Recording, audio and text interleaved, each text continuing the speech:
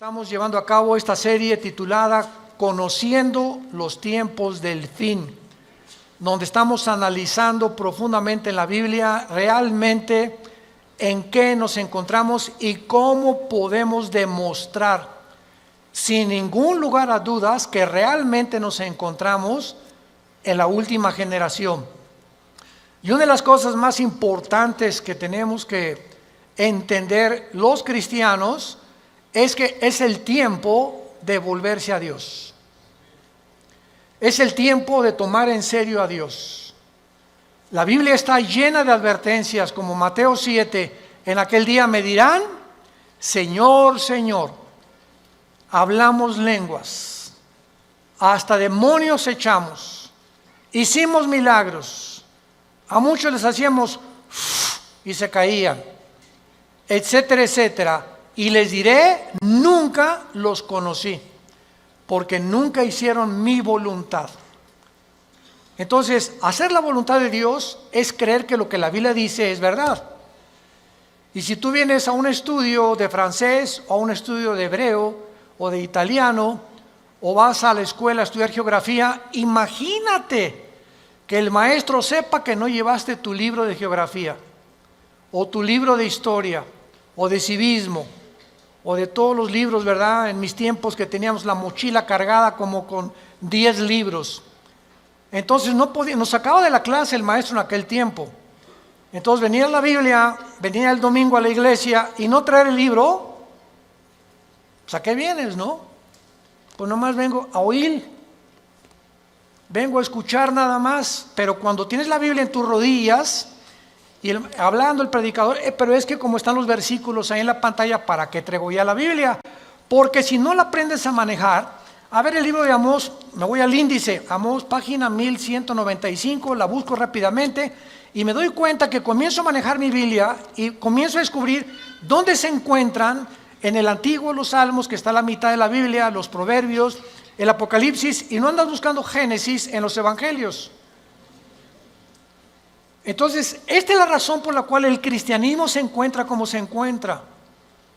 Ahora, fíjense ustedes la segunda prueba. Si mañana yo le pregunto a cualquiera de ustedes que no trajo la Biblia hoy, ¿me puedes hacer llenar una hoja tamaño carta en un resumen de lo que oíste ayer en la conferencia? No llenan ni la mitad de la hoja.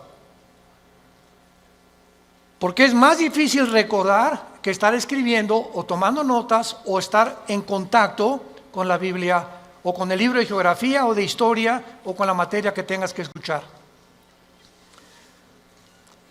Cristianos, familia de Dios, pónganse las pilas. Ya estuvo suave solamente de venir a calentar una silla el domingo sin tener en cuenta las grandes responsabilidades que tenemos como hijos e hijas de Dios. En la Biblia encontramos dos patrones que nos muestran claramente que Dios tiene en su plan cósmico de los tiempos cronología, porque dice yo soy el primero, yo soy el postrero, desde el principio hasta el fin. Entonces, el Dios de los cielos, creador del universo, el maestro de maestros, el sabio de los sabios, cuyos pensamientos no son otros pensamientos, tiene un plan.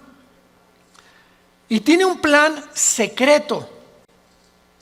Por ejemplo, para darles rápidamente esto como un ejemplo, para no ser redundante, Satanás no sabía el plan de Jesucristo. Dice en 1 Corintios capítulo 2, si los príncipes de este mundo, o sea, está hablando de los principados satánicos, hubieran sabido que Judas no iba realmente a funcionar y que matando a Cristo se les iba a devolver el tiro por la culata, nunca Satanás se hubiera metido a Judas, ni hubieran crucificado a Cristo, ni el diablo hubiera asusado a los líderes religiosos para que lo crucificaran.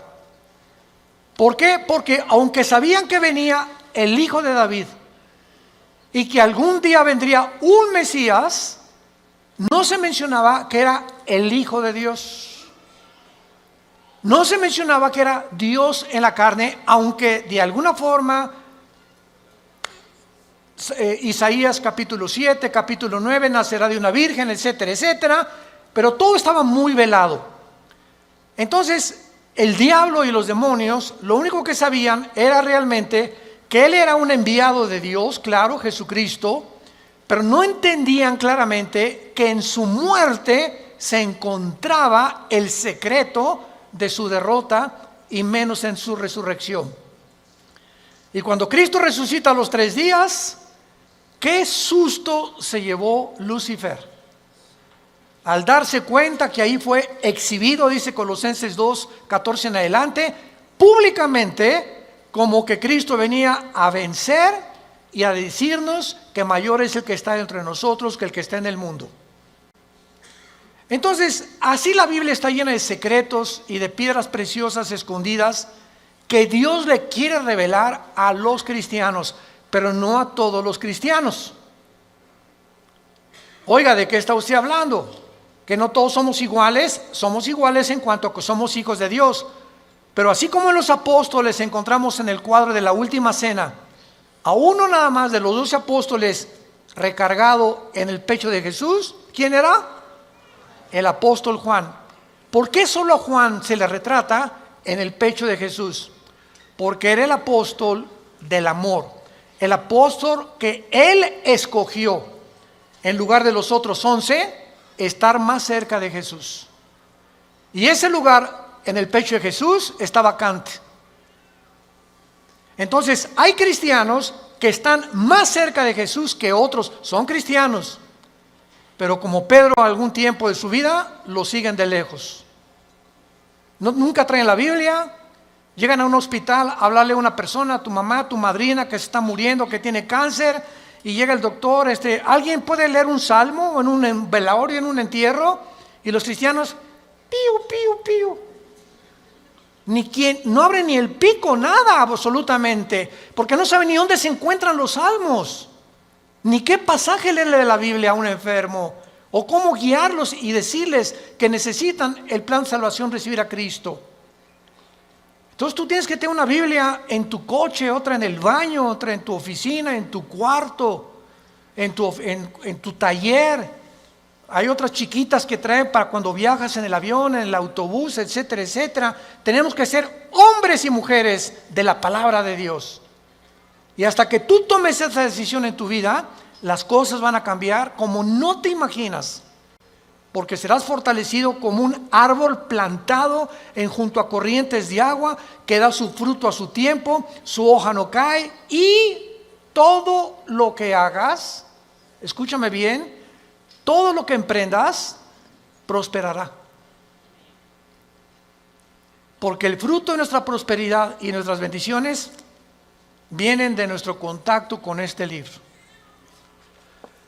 Muy bien, dentro de la cronología del plan de Dios, Dios le dio a Israel la semana de 7 días, 6 días de trabajo por uno de descanso, y al mismo tiempo que Dios creó en 6 días el universo, el 7º de descanso, Dios dice en el Salmo 90, en primera de Pedro, que para Dios un día de 24 horas es como 1000 años. Con mucho cuidado, síganme. Entonces, estos 6 días de 24 horas, Dios le da a Israel semanas de años también. En otras palabras, bíblicamente, la historia del ser humano, desde Adán hasta que venga Jesucristo en su segunda venida, tienen que pasar 6000 años. Por ahí ya vamos bien. No puede pasar más tiempo porque es el tiempo exacto de Dios. 6000 años. Ahora, ¿cómo estamos contando nosotros los años a través de la historia? El impacto de Jesucristo en la historia ha sido tan grande, señores historiadores, maestros, sociólogos que nos visitan, ateos, escépticos y agnósticos. La historia la contamos desde antes o después de Buda. Antes o después de Mahoma, ¿Antes o después de Zoroastro? ¿Antes o después de Mahatma Gandhi? Antes y después de Cristo y después de Cristo. Es tan grande el impacto de Cristo que divide la historia. Es tan grande que se celebra su nacimiento en Navidad y en Semana Santa su muerte. No hay otro personaje en la historia que haya impactado tanto al mundo como la vida de Jesús de Nazaret. Ahora, este impacto de Jesucristo en la historia nos muestra que no sabemos cuándo nació. Muchos dicen que nació entre el año 6 o 7 de nuestra era cristiana, no en el año 1. Porque de Cristo en nuestros días tienen que pasar, ¿cuántos años? 2000 años. A ver, vamos por orden. De Adán a Abraham pasaron 2000 años. De Abraham a la cruz, 2000 años. ¿Cuántos van? 4000. Y de Cristo a nuestros días, 2000 años más, para que se cumplan los 6000 años de historia y entramos al milenio, que es el séptimo día de descanso o las vacaciones del cristiano. Por eso son 1000 años el milenio. Entonces, si han pasado estos 2000 años de Cristo a nuestros días, ¿por qué no ha venido? Lógico, ¿verdad? Bueno, vamos a ver algunas razones, y es maravilloso esto. Los judíos, en la Biblia, el año es de 360 días. ¿Lo sabías, verdad? El año de los judíos, o el año bíblico, es lunar, no solar. Los judíos contaban a través de la aparición y la desaparición de la luna como los días, no como nosotros. Y cuando un papa llamado Gregorio, en el siglo II, siglo III después de Cristo, el Papa Gregorio cambió el calendario lunar por el calendario solar que nosotros tenemos, de 365 minutos y segundos. O sea, se le agregaron al calendario 5 días por año, más los años bisiestos. Entonces, aquí hubo un desajuste, porque cuando llegaron los romanos en el año 70 después de Cristo, de que él murió, y finalmente en el año 135 después de Cristo, cuando ya arrasaron con Jerusalén, todos los libros de la Torá y los libros del judaísmo, donde tenían ellos la cronología y la contabilidad de los años desde Adán a nuestros días, de acuerdo a las genealogías de la Torá, desaparecieron. Y después los judíos volvieron otra vez a sacar 2 libros más, aparte de la Torá, que se llama el Talmud y el Mishnah. Estos 2 libros no son inspirados por Dios. Inspirado por Dios es la Torá, que involucra los 5 libros de la Biblia. Por eso es Torá. Los primeros 5 libros de la Biblia son el Pentateuco, como se llama, o la Torá, porque son los libros que Dios le dio a los judíos con las leyes de Israel. Pero el Mishnah y el Talmud son interpretaciones de la Torá. Entonces no fueron inspirados por Dios. Y en el Talmud y el Mishnah hay 600 más mandamientos que los judíos tienen que cumplir. Como por ejemplo en el Shabbat. La última vez que mi esposa y yo estuvimos en Jerusalén, ahora los invitamos, vamos a regresar en junio de este año a Jerusalén. Ya van más de 150 inscritos, increíble. Y a ver si nos alcanzan los cohetes de Irán. No. Los correos que más hemos recibido, ahora que comenzó el conflicto entre Irán y Estados Unidos, que es un conflicto que se inició en 1979, cuando el Ayatollah Khomeini convierte Irán en la República Islámica de Irán. Antes de 1979, Reza, el Shah de Irán, era amigo de Estados Unidos y no había los problemas que hay ahorita. Pero entra el Ayatollah Khomeini en el 79, se convierte en la República Islámica de Irán y comienza a prevalecer la religión sobre el Estado. Ahora sí que ya no hay ni siquiera separación de iglesia y Estado, ahora es la religión la número uno y los líderes religiosos mandan y gobiernan Irán, no el Estado, el presidente de Irán. Entonces todo comenzó ahí, pero no voy a estar buscando más información acerca al respecto, pero con esto les quiero decir lo siguiente. Desde ese tiempo Irán se convierte en una nación que ha financiado el terrorismo, es declarada la número uno del terrorismo por financiar a un grupo que se llama Hezbollah. Hezbollah significa el partido de Dios, que está financiado por Irán y tiene sus bases en el Líbano. Después Irán comienza a financiar a Al Qaeda, después comienza a financiar a Hamas de la Franja de Gaza y comienza a tratar de levantar grupos para tratar de destruir la nación de Israel. Sin embargo, en las últimas semanas o meses, esta nación ha cobrado o está resurgiendo en los encabezados públicos precisamente por el conflicto de que ahora la guerra ya no es con miras telescópicas para querer matar a un líder, ahora los matan desde el aire. Impresionante la tecnología a la que hemos llegado, ¿verdad? Ahora puede volar un dron sobre una nación. Escuchen esto, ese dron puede ver una caravana de 10 carros y ese dron sabe y tiene la foto, síganme con cuidado, de la persona a la que están buscando asesinar o eliminar, y el dron pasa y monitorea las 10 carros y sabe en qué carro va esa persona por la foto que trae la computadora. Y en ese momento el dron sabe y ¡rum!, en segundos cae y eliminan ese vehículo, el tren o donde vaya esa persona. Así fue como ha eliminado Rusia, Estados Unidos, Israel a muchos jefes militares o terroristas sin que tengan ya que estarlos esperando con una mira telescópica.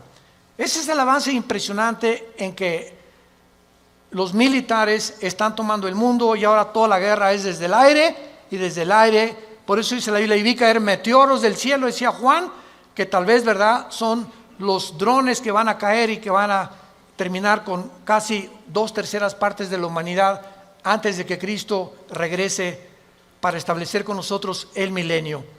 Pero el punto es el siguiente: cuando nosotros nos concentramos en la Biblia, nos damos cuenta que estos 6,000 años están a punto de cumplirse y que si hacemos la contabilidad, estamos en el 2020, ¿verdad? Muy bien. Si Cristo nació en el año 33, que es desde que se cuenta su muerte, y no en el año 1, entonces nos encontramos en el 2033. Síganme con cuidado. Suponiendo que nació en ese día, ok, estamos en el 2020. Si los 6,000 años se cumplen dentro de 13 años, quítale 7 años de la tribulación. ¿Cuántos son? Sí estudiaste aritmética, ¿verdad? 33 menos 7, 2006. Y 2006, estamos en 2020. ¿Por qué le quitamos 7 años? Porque estos 7 años de la tribulación nosotros no vamos a estar. Esto está haciendo un cálculo somero sin llegar a un dogmatismo. El hermano se dijo que venía el 2026. Por el amor de Dios, han sacado tantas tonterías como no se imaginan.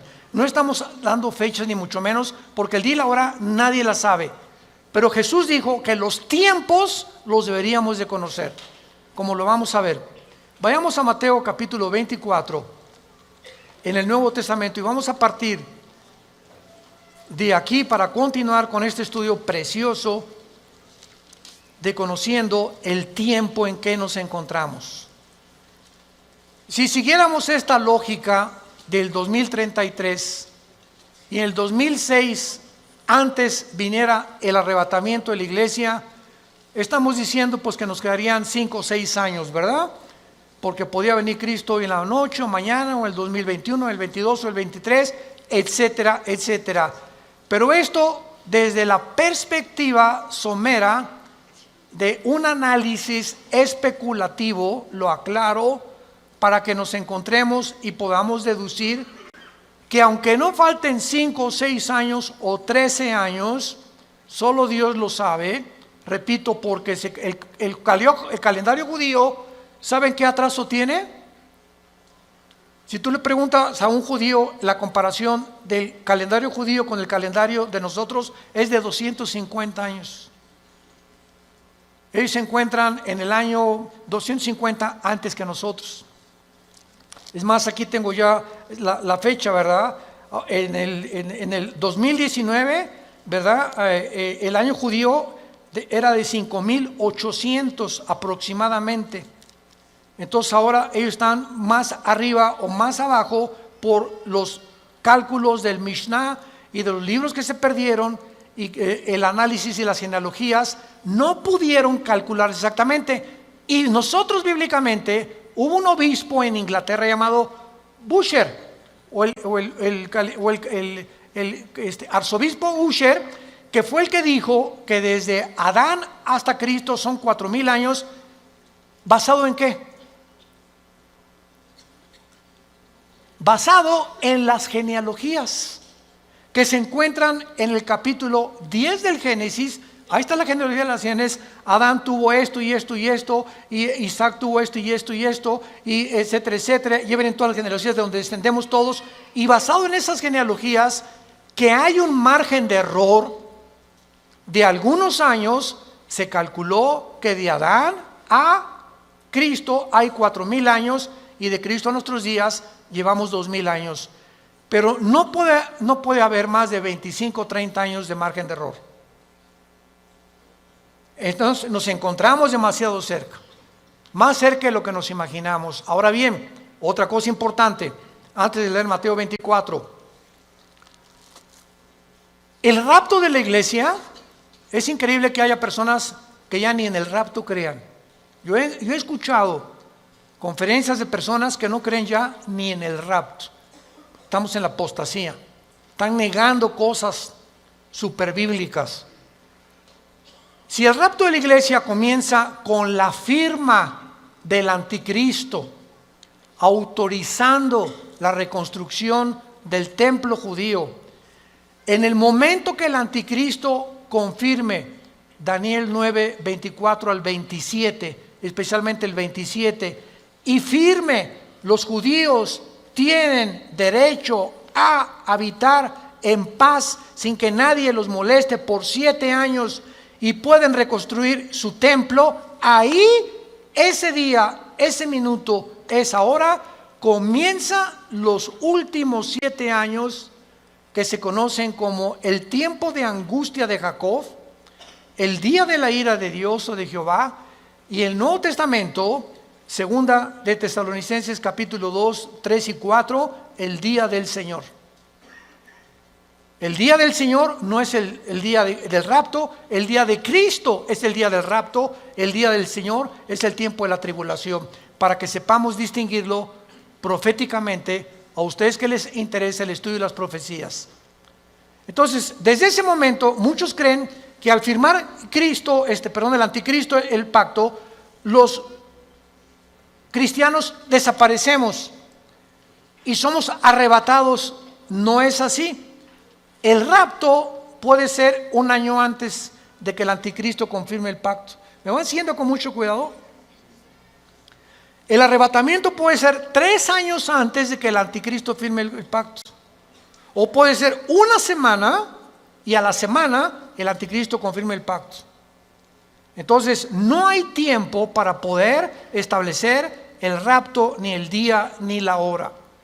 Viene sin que nosotros lo sepamos. De repente desaparecemos del mundo y pueden pasar 1 año, 2 años, 6 meses cuando comience la gran tribulación. Pero lo que es importante es que cuando la iglesia sea sacada del mundo, Dios regresa a tratar con Israel espiritualmente. En 1948, cuando los trajo y se constituyeron en una nación libre e independiente, ahí Israel renació, resucitó nacionalmente. Entonces los judíos regresaron en el 48 sin convertirse al Mesías, porque hasta la fecha en Israel la mayor parte de los judíos no creen en el Mesías, en Jesús. Solo un judío que se convierte se llama judío mesiánico. Nunca ellos se llaman cristianos. ¿Saben por qué? Porque cuando oyen la palabra cristiano, los judíos asocian el cristianismo con la Iglesia Católica. Y la Iglesia Católica los persiguió más de 250, 300 años en la Inquisición con el señor Torquemada en España. Y a los judíos que no querían aceptar a Roma como la salvación, los torturaron, los quemaron, los abrieron de piernas, a las mujeres les sacaban el bebé del vientre, hicieron terribles cosas que Hitler parecería Pinocho con lo que hicieron los nazis. Todos los judíos oyen hablar del cristianismo. Cuando veamos Israel se los vamos a advertir. Aguas porque vienen las piedras, O sea, sobre todo en el muro de los templos, cuando están todos los judíos orando, ya ven que ellos hacen así. ¿Saben por qué hacen así al orar ellos? Porque uno de los salmos dice que al orar deben menear la cabeza y recordar que deben recordar lo que están orando. Por eso oran así ellos, entierran sus papelitos en el muro de los lamentos, traen su kipá, cubierta la cabeza. A nosotros se nos prohíbe taparnos la cabeza cuando estemos orando. 1 Corintios capítulo 11. Entonces ellos lo pueden hacer porque son así, esa es su costumbre. Pero ellos, ¿verdad?, no creen en el Mesías y ellos asocian, si les dice soy cristiano, ellos no saben que el cristianismo no es el catolicismo. El catolicismo es la perversión del cristianismo. El catolicismo nació 250 años después de Cristo. Durante 250 años no hubo papa, no hubo liturgias, no hubo sacramentos, no hubo santos a quienes invocar. No tenías que tomar una cosa o una hostia para decir que estabas recibiendo a Cristo. Pero se convierte Constantino, el último emperador romano, y entonces absorbe el cristianismo antes de él como la religión oficial del Sacro Imperio Romano. Y decimos en mi tierra, es la misma gata pero revolcada. Entonces el Imperio Romano políticamente se da la vuelta y se convierte con el mismo poder, escúchenme, pero religioso. Y desde hace casi 18, 19 siglos, el Imperio Romano es el imperio del Vaticano y gobernó Europa, a los príncipes, a los reyes, y nadie en Europa se podía casar ni a tener negocios sin el permiso de Roma, de la religión. Y los que no pertenecían y aceptaban que el Vaticano era el único representante de Dios, los quemaban, los crucificaban, los echaron a los leones, etcétera, etcétera, etcétera. Ya hablando después del Coliseo romano famoso. Entonces, el cristianismo no es una religión, es una relación personal, viva, orgánica, dinámica, con alguien que está vivo. Y cuando salimos de la religión y nos encontramos con el Jesús resucitado que quiere entrar a tu vida hoy, tal vez tú no lo tengas, descubres que el cristianismo es diario y lo vives diario. Te levantas y tienes tu Biblia, te acuestas y tienes tu Biblia, oras por tu familia, oras por tu esposa, oras por los alimentos, comienzas a asociarte, tienes una comunión con Dios diaria. Por eso se compara con el matrimonio, el cristianismo. Imagínense mi esposa y yo, que me digan 8 meses, Armando, en estos 8 meses que tenemos tú y yo, nos hemos sentado algún día a platicar y algún día tú me has comunicado y compartido tus sentimientos, tus expresiones, cómo te sientes para que yo te conozca más, porque llegamos en la noche y nomás oigo. y te volteas para el otro lado, te vas a trabajar durante todo el día. Es más, nos vamos a un seminario de matrimonios, que es donde nos encontramos otra vez, o de vacaciones, y no nos hablamos, tú con el periódico. Yo no te conozco, tenemos 30 años de casado y no te conozco, eres un desconocido para mí, eres una desconocida para mí. ¿Por qué? Porque nunca descubrieron que el matrimonio es comunión. Es comunión. Se pierde la comunicación en el matrimonio, perdiste tu matrimonio. Un matrimonio que no se comunica, que no están así, donde una vez a la semana a tomar un café, nos vamos de vacaciones, platicamos, nos damos tiempo el uno para el otro, para conocernos, es imposible que funcione. Se levantan barreras de silencio y ya pasaron un mes y tu esposa tiene cara de la jeta. Y nosotros hoy, pero ¿qué le he hecho? Es que hay tantas cosas de ellas que les molestan de nosotros. Pero ¿cómo vamos a descubrirlo si nunca, oye, mi amor, tienes tu jetita linda, dorada, parece una princesita pero con jeta? Dime qué te pasa, ¿verdad? Y a las mujeres les encanta.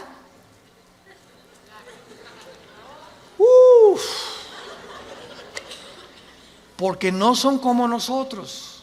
Pueden hablar 5 horas, 6 horas con sus amigas, con lo que sea, y se despiden y en el teléfono siguen hablando y desde el carro siguen platicando, etcétera, etcétera. Y cuando llegamos nosotros que no nos gusta eso, y tenemos que entender que a ellos les gusta eso, perdón, ya parece que estamos en un seminario de matrimonios. Ya me estoy saliendo del tema, les pido perdón. Bueno, se van a enojar y así es el cristianismo. Ok, entonces el cristianismo no es una religión, es una relación con Cristo diaria. No es el domingo, imagínate, cada domingo a tu esposa de 5 a 6 te comunicas con ella. Así es la religión. El domingo voy a misa, a la iglesia, y lunes, martes, miércoles, jueves, viernes ni me acuerdo, ni abro la Biblia, ni oro, ni nada. A lo mucho me echo una persinada de vez en cuando va a meter el gol en América. O cuando salgo a jugar al campo, ¿verdad? O meto un gol, me echo la persinada también. Es la forma en la que el ser humano vive con la religión. En Mateo 24, versículo 32 al 35, es uno de los pasajes claves para saber en qué tiempo nos encontramos. Y es el que queremos analizar brevemente en esta mañana. Mateo 24, 32 al 34. Jesús dice, de la higuera aprendan la parábola. Número 1, para entender esta parábola de Jesucristo, tenemos que entender qué es la higuera, qué es la vid y además qué es el olivo, que son los 3 árboles que se usan, el olivo, la higuera y la vid, para diferentes fases de la vida de Israel. Entonces, por ejemplo, la higuera, ¿verdad? Es, como lo vamos a ver, representa a el Israel. El olivo representa las condiciones de Israel y la vid representa al sistema religioso de Israel. Entonces, cuando Cristo está hablando de la higuera, inmediatamente lo podemos asociar, porque la Biblia no es de interpretación privada, con Israel. Porque Israel es la higuera y hay cantidad de pasajes en el Antiguo Testamento donde se representa a Israel como la higuera. Muy bien, de Israel aprendan la parábola. Ahora ya vamos con un poco más de luz. Cuando ya su rama está tierna y brotan las hojas, noten que no dice el fruto. ¿De acuerdo? Cuando ustedes vean que ya está tierna y las hojas comienzan a salir, que siempre salen antes que el fruto de las hojas de todos los árboles, sepan que el verano está cerca. En otras palabras, cuando ustedes vean que Israel renace, ¿cuándo fue esto? El 14 de mayo de 1948, después de casi 2000 años que Israel fue dispersado, exiliado por todas las naciones del mundo.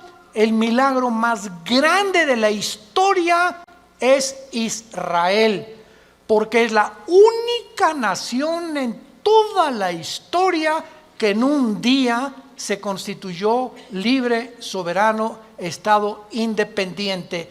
Nunca en la historia nadie había podido levantarse o formarse como una nación, porque las naciones necesitan una constitución, necesitan o una república, o qué ideología vamos a tener, o para muchos años para que se forme una república como México, Revolución Mexicana, y Pancho Villa se pelea con Zapata, en el norte, Zapata en el sur, se juntan, matan a Álvaro Obregón, viene la revolución, todos los Porfirio Díaz y todo lo que pasó, y poco a poco se va formando una república, y viene la constitución, etcétera, etcétera. Tarda años muchas veces en tener una constitución y formarse una nación. Israel en un día se forma toda la constitución de Israel. Por eso es un milagro. Cuando vean ustedes esto, versículo 33, cuando vean todas estas cosas, ¿qué cosas? Las cosas que en Mateo 24 oirán de guerras, rumores de guerras, pestes, hambres, terremotos. Será el principio, no el fin, el principio de los dolores. La generación que vea nacer a Israel, ¿quiénes somos? Nosotros. Los que han nacido entre 1946 a nuestra fecha se llaman los baby boomers. Ahorita creo que le llaman los millennials, ¿verdad? ¿O cómo les llaman, Caleva? Los de millennials. Ya tantos nombres, ya yo creo que le llaman los cibernéticos. Bueno, del 46 a nuestros días, una persona que nació en el 46 tiene ahorita 70, 73, 75 años, más o menos. Dios dice que los que vean estas cosas pasando, conozcan que está a la puerta. De cierto les digo, no pasará la generación de los baby boomers. Versión de Alducin. Traduciéndolo al léxico del siglo XXI. No pasará la generación del 48 hasta nuestros días, hasta que todo esto acontezca. Más claro Jesús no podía ser. Ahora muy bien, ¿cuánto es una generación? El Salmo 90 y 1 de Pedro capítulo 3 dicen que una generación es aproximadamente entre 80 y 90 años de edad. Dice los más fuertes 85, 90. Porque sabemos que antes del diluvio pasaban hasta los 500. Noé a los 500 años fue papá. ¿Se imaginan? Matusalem a los 969 años es el personaje más grande que ha vivido, más que tu abuelito y el mío. Matusalem, 969 años. Viene el diluvio, cambió todo. ¿Y saben por qué se redujo la edad? Porque si Dios nos hubiera dejado vivir más tiempo, ya nos hubiéramos matado como las ratas. ¿De qué estoy hablando? Agarra un cuarto de 5 metros por 5 metros y mete 50 ratas. Van a vivir un mes. Redúcelo a la mitad. Van a vivir 15 días porque se matan más rápidamente. Y mientras más lo reduzcas, más rápido se muerden unas a otras. Mientras más grande el espacio, más tiempo viven. Entonces, así nosotros, Dios tiene que reducir más y más nuestra vida, porque mientras más querramos vivir, si así con 80 años de edad estamos al punto de una tercera guerra mundial, ahora imagínense que Dios nos hubiera concedido que viviéramos más tiempo. Entonces, por la misericordia de Dios, se redujo la vida en los más robustos, 85, 90 años. En el caso de mi familia, mis abuelos maternos de 97, 95 años murieron. En el caso de mi paterno, mi abuelo murió de 90, mi abuela de 95. Muy bien, veamos ahora estas cosas. Las hojas representan el nacimiento o el renacimiento nacional de Israel, porque regresaron en el 48 sin convertirse. ¿Cuándo Israel se va a convertir al Mesías? Romanos 11, 25 y 26. Apocalipsis capítulo 7, cuando Él selle a 144,000 judíos, y ellos en el tiempo de la tribulación, nosotros ya no estamos aquí, el más grande avivamiento de Israel se convertirá cuando Jesucristo venga al final. Y cuando Él venga al final, todo Israel será salvado. Desde luego los que creyeron en Jesús como el Mesías. Entonces, es importante esto, ¿verdad? Porque las hojas representan el renacimiento de Israel de 2000 años y el nacimiento de la generación de la higuera. Cuando Israel se convierta, entonces el Israel será el fruto de la conversión, porque por el árbol, por el fruto lo conoceremos a un árbol. Si es un árbol de naranjas, da naranjas; si es un árbol de manzana, da manzanas. Ahorita Israel no ha dado fruto. ¿Cuál es el fruto? Amor, gozo, paz, benevolencia, que produce ¿quién? El Espíritu Santo. Y ellos no tienen a Ruach el Kadosh, al Espíritu de Dios que tiene la iglesia que Dios nos ha dado. Muy bien, ahora es importante que veamos en el capítulo 21 de Lucas algo sensacional, algo asombroso acerca de esto. Porque aquí hay una señal que es la siguiente. Si Israel no hubiera regresado en el 48, no sabríamos qué tan cerca estábamos del rapto. Tenía Israel que regresar en el 48 a la Biblia, porque desde el 48 que regresó Israel a la Biblia, se puede cumplir el rapto. Entonces, el hecho que hayamos nosotros sido la generación que esté contemplando este milagro de Israel en el 48, nos habla que el tiempo está ya contado. Si Israel no hubiera regresado, el anticristo, ¿quién va a perseguir? ¿Me están siguiendo? Si Israel no hubiera regresado, ¿quiénes iban a reconstruir el templo? Si Israel no hubiera regresado, ¿a quiénes 144,000 hubiera Dios en el capítulo 7 de Apocalipsis ungido con el Espíritu Santo? Entonces, Israel tenía que regresar para que las profecías de los últimos tiempos se cumplieran. Y tú y yo somos los testigos. Antes del 48, nadie sabía ni se imaginaba que Israel iba a regresar. Fue un milagro de la historia. Y el rapto lo mismo. No sabemos ni cómo, ni cuándo, ni a qué hora, pero va a ser algo que ya se puede cumplir.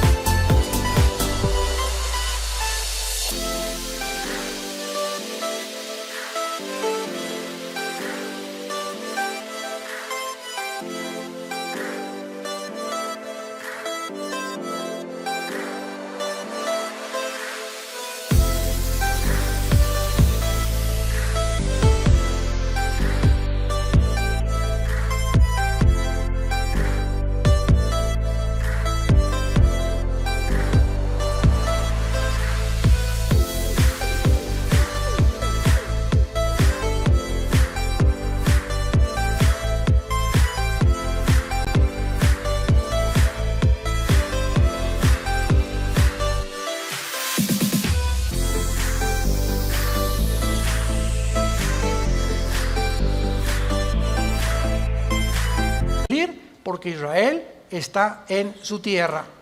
Ahora, en Lucas 21 hay un antecedente maravilloso, y dice en el versículo 29 el Señor Jesucristo: también les dijo una parábola, y está contando Lucas las mismas palabras de Jesús, pero observemos con lupa que Lucas le agrega otras palabras que no tiene Mateo. Y nos vamos a sorprender de esto. Miren la higuera. ¿Ya ves que te dije que trajes la Biblia? Aquí ya me doy cuenta quién la trae. Y todos los árboles. Eso no está en Mateo. En Mateo solamente es la higuera. Pero aquí se le agrega que no solamente miremos a la higuera, sino todos los árboles. ¿Quiénes son todos los árboles? En la Biblia, por ejemplo, en el libro de los Jueces, en el libro de los Antiguos Testamentos, los árboles representan dos cosas: naciones y personas. Como en, por ejemplo, Ezequiel 31, el cedro representa al anticristo. Y los árboles, las naciones que van a estar alrededor del anticristo. Entonces, Cristo está diciendo, vean el renacimiento de Israel y vean las naciones que a su alrededor de él, en el Medio Oriente, van también en el mismo tiempo y en las mismas épocas a resucitar y a resurgir. Escuchen esto: la Primera Guerra Mundial preparó la tierra para Israel. La Segunda Guerra Mundial preparó a los judíos para la tierra de Israel. Pero para que Israel regresara a la tierra y para que las profecías se cumplieran, antes de 1925-1930 no existía el Medio Oriente. Jesús, María y José y el burrito que los acompaña. Las naciones que se encuentran ahorita en el Medio Oriente no existían antes de 1930. Escuchen ustedes lo siguiente: estos árboles son las naciones que surgieron en el mismo periodo. El Líbano, 1920. Siria, 1920. Turquía, el Imperio Otomano turco sale y Turquía se convierte en una nación. Arabia Saudita, 1932. Irak, 1932. Jordania, 1946. Israel, 1948. Egipto, 1952.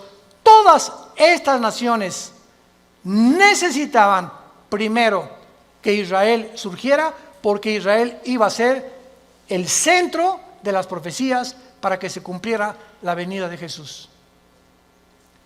Miren la higuera y todos los árboles.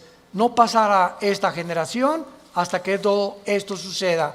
Es sorprendente observar que el Medio Oriente visible, tal como lo vemos ahorita, fue formado en el siglo XX. Existía la Mesopotamia, o sea, Siria y Irak, era lo mismo, era el Medio Oriente, pero no estaba la división entre Siria y entre Irak, Transjordania, Jordania, el Líbano, Egipto. Egipto existe desde hace cientos de siglos, pero no estaba formado exactamente con las divisiones geográficas que los ingleses y los franceses, que fueron los que colonizaron con Portugal y España el Medio Oriente, determinaron, y ellos fueron los ingleses y los franceses los que dividieron el Medio Oriente tal como nosotros lo conocemos actualmente. A Israel le asignaron ese pedacito de tierra, a Jordania eso, a Arabia Saudita eso, a Líbano eso, a Siria eso, y fue después de la Primera Guerra Mundial. Estas cosas que están pasando, vemos nosotros que tenían que suceder para que nosotros pudiéramos comprender que las profecías bíblicas tenían que cumplirse. 1945 termina la Segunda Guerra Mundial. ¿Quién gana? Estados Unidos, Inglaterra y Rusia. 1957 se firma el Tratado de Roma, donde Jacques Delors, francés, Europa, unámonos, porque la unión hace la fuerza y Europa tiene que tener una moneda, tiene que tener una constitución, tenemos que unirnos todos. 1967, la Guerra de los 6 días. 1989, cae el comunismo y en ese momento comienza la democracia a elevarse en el mundo. 1992, el Tratado de Maastricht forma la Unión Europea. En el 2016, Inglaterra dice a la Unión Europea, ahí nos vemos el Brexit. Los ingleses no quieren someterse al euro, quieren mantener su independencia con la libra inglesa, esterlina, y ellos quieren tener su propio gobierno, no quieren pagarle los impuestos a la Unión Europea. Y estos acontecimientos tenían que suceder después de Israel, del 48. Las Naciones Unidas, la Unión Europea, el Mercado Común Europeo, el Fondo Monetario Internacional, la OTAN, la OPEP, todo tenía que formarse después de Israel. ¿Para qué? Para preparar el camino a las profecías que tenemos aquí de los últimos tiempos, y todos estos eventos han sucedido ante nuestros ojos para que sepamos que los cascos del Apocalipsis se escuchan en el cielo. ¿Qué es el 2021? Violencia, incendios en Australia, más de 1,000 millones de especies, ¿me escuchaste bien?, de animales han muerto en Australia. 1 millón de especies casi en las Américas de animales. Y estamos involucrando también a delfines, ballenas, tiburones y peces. Incendios en California, incendios en otras partes del mundo, inundaciones, tsunamis, cambios de clima, ya no hay primavera, ya no hay verano, huracanes devastadores, cada día con más fuerza, grado 3, grado 4, etcétera, etcétera. Nos encontramos en un mundo convulsivo políticamente. ¿Qué será? ¿Será melón? ¿Será sandía? ¿Comunismo o socialismo? ¿O autocracia? ¿O monarquías otra vez? ¿O una oligarquía? ¿O qué sistema? No, vamos a mezclar mejor ya. Comunismo con capitalismo como China. O socialismo pero también con capitalismo. Y es una ensalada del chef en las ideologías gubernamentales y filosóficas, porque el mundo ha llegado a su fin. Ningún sistema ha funcionado, el comunismo cayó, fue un fracaso, se vuelve a desenterrar al mismo muertito, porque la historia nos enseña que el hombre no aprende de la historia. Y cometemos los mismos errores, porque usted es la generación de los milenistas o milenios, o ¿cómo les llaman? Cibernético les llamo yo, ¿verdad? No han experimentado lo que nuestros padres en la Segunda Guerra Mundial, lo que se sufrió, y ahorita el pasado ya no existe para ustedes. Ahorita solamente la computación y esto dinero, y qué carrera es la que más dinero produce, y por acá y por allá, y somos movidos por una ambición, una especulación, una comercialización de todo en todas las cosas, porque el mundo se dirige al comercio. ¿Sabían ustedes eso? El anticristo va a establecer un sistema de comercio en Medio Oriente que va a ser el Plaza Galerías más grande del mundo, en Irak, donde nació tu madrina. Y cuando nosotros veamos estas cosas, nos damos cuenta que el mundo se encuentra en un precipicio, que nos queda muy poco tiempo. Yo te pregunto, ¿tú eres cristiano? Si me contestas que sí, te hago la segunda pregunta. Desde que tú te convertiste, ¿has guiado a alguna persona a recibir a Cristo en su vida? ¿O eres de las personas que estás en el hospital con tu madrina muriéndose? Pastor, ¿puede venir a hablarle a mi esposa de Cristo? ¿O a mi madrina? Entonces, ¿que tú no le puedes dar un versículo de la Biblia o compartir el plan de salvación? ¿No sabes cómo guiar a tu madrina en agonía a que reciba a Jesucristo en su cama? Tienes que recurrir al pastor. Se murió, ¿puede venir al funeral para predicarles de Cristo? ¿No lo puedes hacer tú? Claro que vamos, porque es nuestra responsabilidad de los pastores. Pero ojalá que se levantaran más familias ya con un liderazgo, con la convicción profunda de que es lo más importante que el ser humano pueda tener, regresarse a Dios y pedirle perdón por tus pecados. ¿No lo quisieras hacer tú en esta mañana?